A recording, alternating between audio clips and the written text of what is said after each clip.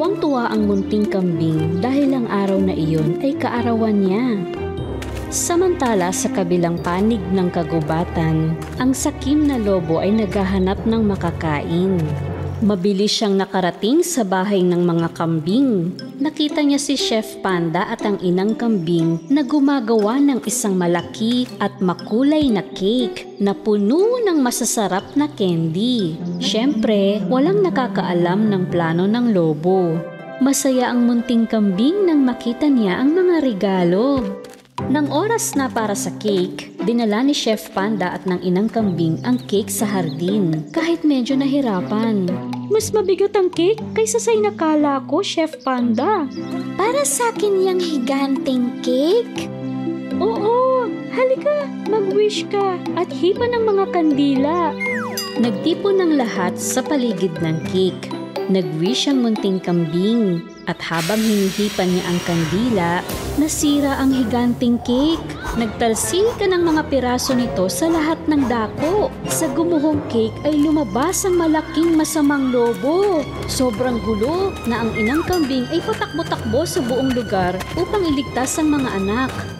Makakahabol ka nga, pero hindi mo ako kayang abutan.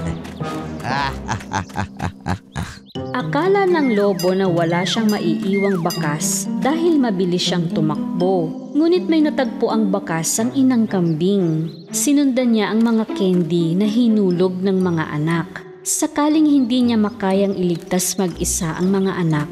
La la la la la la la la la la. Ang daming pagkain! Ang sarap-sarap! Naintriga ang lobo, kaya tinali muna niya ang mga kambing sa bato at nag-usisa sa oso. Anong meron, oso? Bakit napakasaya mo ata? Oh, may bonggang hangdaan doon sa dulo ng daan. Sobrang dami ng pagkain na hindi ka na magugutom ng 1 taon. Pumunta ka na, siguradong magugustuhan mo. La la la la la la la la la la. Nagpa siya ang matakaw na lobo na puntahan ang sinasabi ng oso.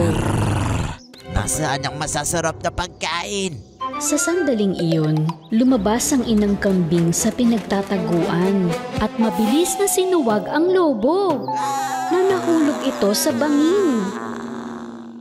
Nagpunta kaagad ang inang kambing sa lungga ng lobo at iniligtas ang mga anak. Ikaw ang aming bayani, nanay.